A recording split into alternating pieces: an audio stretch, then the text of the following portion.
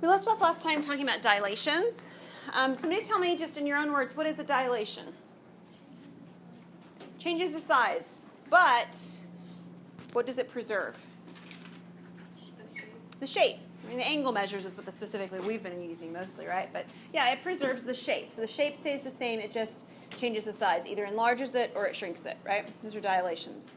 All right, so we're going to find the image of this triangle, ABC, under the dilation with center O. So it matters where you're actually enlarging or shrinking it from. So they have to tell you the center of that dilation, kind of like when we're doing rotations. It matters where you're rotating it from. So the dilation is the center O there in blue. And we're dilating it by a factor of 1/2. So when you take a look at, say, AC, it looks like it's, it looks kind of like it's it's crossed through two different dots, right? So it's going to have to shrink it, and it's going to have to only cross through half of that many dots if we were to do it, right? If we were looking at AB, the same kind of thing, BC, everything is going to be through half as much as it was before. Can you draw what you think it would look like on this grid? Okay, sketch it out there. Pencil if you have it, hopefully.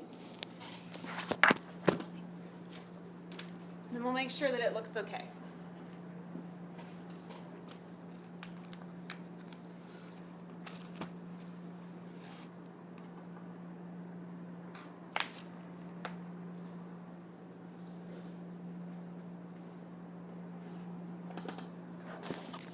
Okay, so does it look like it's inside of the triangle you already had? Good. I mean, you've got a good start then. It's definitely something that shrunk it down, and it is a shrink because it's half as big.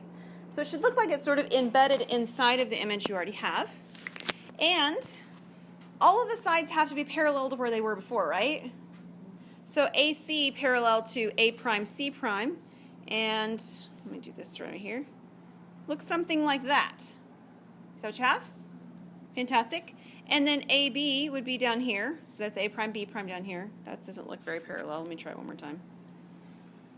I think that'll be okay. And then CB, like that. Half as big. Now, I say half as big. That's not a very good description. Each of the side lengths are half as big, right? Is the triangle itself half as big? This is me just throwing a question in here that you aren't prepared for. So we'll see how that goes. It should be. What do we think? What do you think we mean by the triangle being half as big? Half the size? Is it half the size? If you half all the side lengths, do you half the size? No. You don't, actually. Is it because there's the 3 dots and now we have 2, and it should be like 1/2? Not quite. What if we took this orange triangle and we shifted it up into the corner where the C is? In fact, I can do that, so I'm going to. That's still the same angle, right? So this isn't the dilation anymore. I've moved it now. I'm taking a different question into consideration. Is this triangle half as big as the other one? Not a chance, right? Because the angles aren't 1/2. It's not because the angles aren't 1/2, though. When we talk about size of a two-dimensional shape, we're talking about the area. Is the area half as big? No, it's not. In fact, this area would actually be 1/4 as big. Take a look. This is not what I meant to put there. Let me try it again.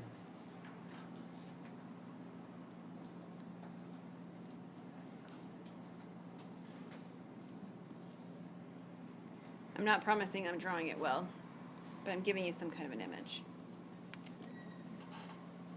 How many of those congruent triangles are inside there? 4. So when I half all of the lengths, I actually cut the area into 1/4 of what I had before, right? We'll get more into this. I believe it's in chapter 14, not this chapter. But just because you're halving the size doesn't mean you half the actual shape. So let me do this now. There it is. That's where we were. That's what we were actually looking at. Okay. Let's take a look at another one now. Dilations. We say that two figures are similar if it's possible to transform one into the other by a sequence of isometries, right? Isometries preserve distance, followed by a dilation, which won't preserve the distance, but it will preserve the angles, right? That's what it would mean for two triangles to be similar. So can you describe a sequence of isometries? What were our isometries? What were they? What options do we have? Rotation, translation, that's the shifts, reflection, and glide reflection. Glide reflection is the one where it combines a couple of them actually together. Okay? So we want to use one of those or more than one of those potentially with the image that's in blue. And we'll turn that, I don't know, wait, hang on a sec. Yeah, the larger one, the larger triangle is the final image. So we're starting with the black triangle, the ones in the far right. And we're using that one and we're doing something to it. Eventually then we're going to dilate it, in this case make it bigger because the blue triangle is bigger. So what would we have to do to get the black triangle to become the blue triangle? Rotate it. How much and what's the deal? 90 degrees counterclockwise. We would rotate it 90 degrees counterclockwise. Is everybody good so far?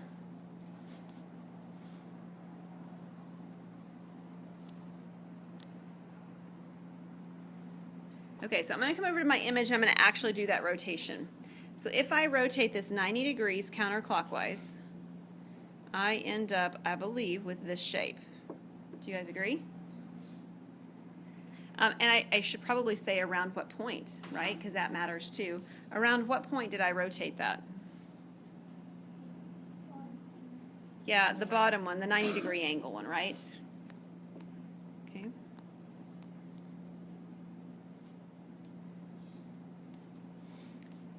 I'll call it O, and I'll just make my diagram called O, kind of like the origin on a graph or something like that.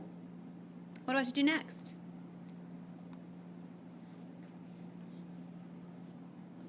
Multiply by 2. Yeah, so I would use a scale factor of 2, right?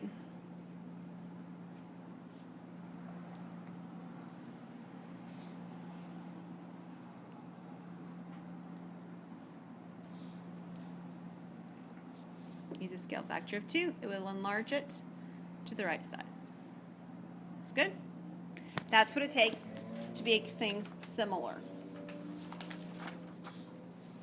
All right, we're going to do the same kind of thing now, but we've got a description in words instead of a picture. We're going to consider a square with vertices O, B, C, D. O is 0, 0, B, and so forth. Part A says to perform a size transformation by multiplying the x and y coordinates of each of them, of each point, by 2, and then translating each point up by 1 unit and graph the results. So you've got a graph on the next slide, some grid paper here. So draw yourself maybe just down in the corner. We're going to do 2 different ones of these, so kind of maybe cut your graph in half because we're going to do part A and part B. So we'll do part A on the left. So go ahead and draw in what the square OBCD would look like. So here's O. I said it was. Let me try it again. O, which is 0, 0. B is 0, 2, so here's B. C is 2, 2. And D is 2, 0.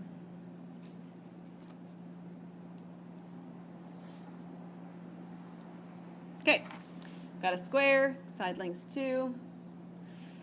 It says we're going to perform a size transformation by multiplying the coordinates first by 2. So instead of it being at all of these things with 2's in them, where will it be?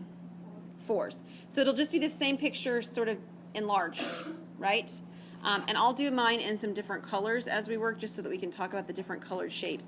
So it would be this red, well, let me try that again. It would be,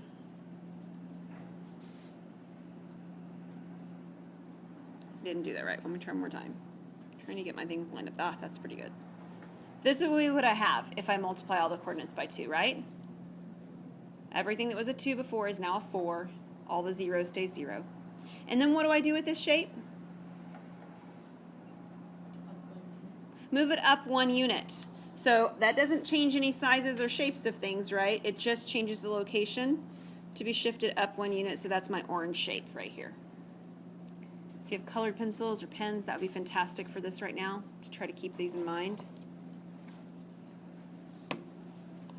And you could talk about where your points ended, which we may want to talk about that in a minute, but for now, this is the picture we get, right?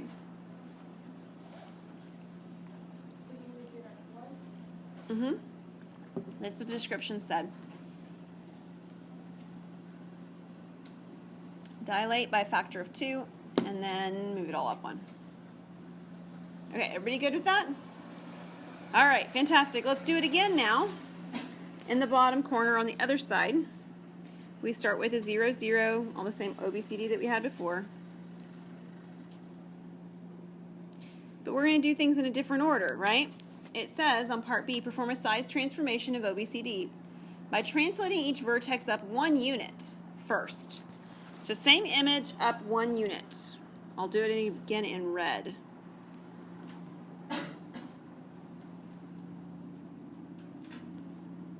Okay, up 1 unit. Now, be careful what it says to do. It says we're going to take each of the coordinates and we're going to multiply them by 2, right? We're not multiplying the lengths of sides, we're taking coordinates. So this bottom left-hand coordinate right now, here, this is the coordinate 0, 1. So what will it become? 0, 2.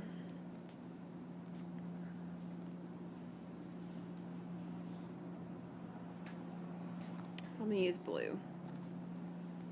So it's going to become this blue point right here where B currently is.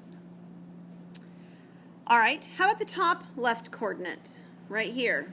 This is the coordinate 3, or 0, 3, right? That's where it is right now.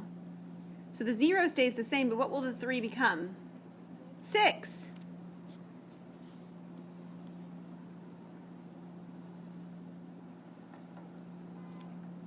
So if I counted right, I think I'm at 6 at this point. So this down here now is O prime. This one is B prime. Okay, how about the point D? Bottom right-hand corner. At this point right here now. Where will it go? Well, it's got an x coordinate of what? 2. So if I double the x coordinate, what happens? It'll be at 4, okay? And then it's got a y coordinate right now of 1. So if I double that, what do I get? 2. So I'm going to be at 4, 2, which will be over here.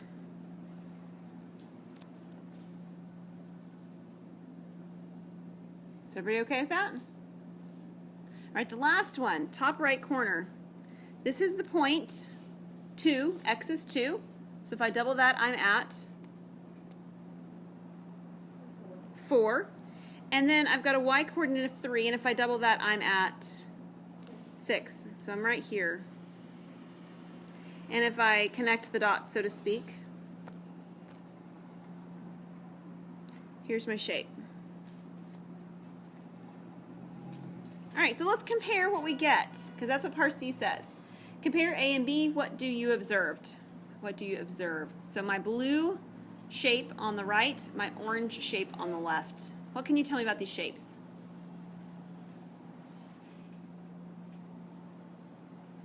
How are they the same?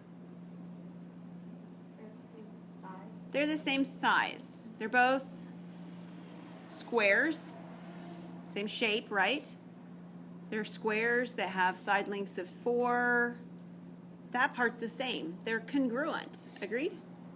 Congruent shapes. How are they different?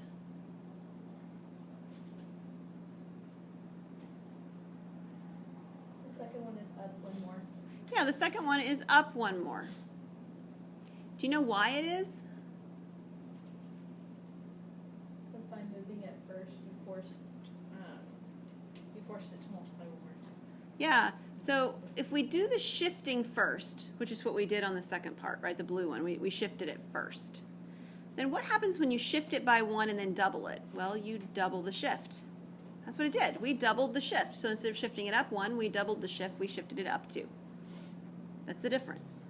But you get congruent shapes But it is important to realize that the order of isometry versus dilation, which one of those occur first, matters.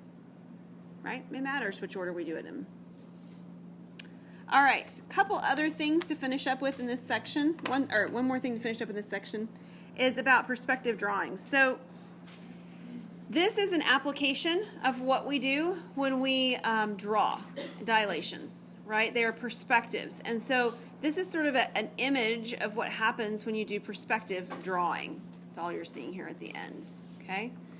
You're using this idea of dilations in order to draw.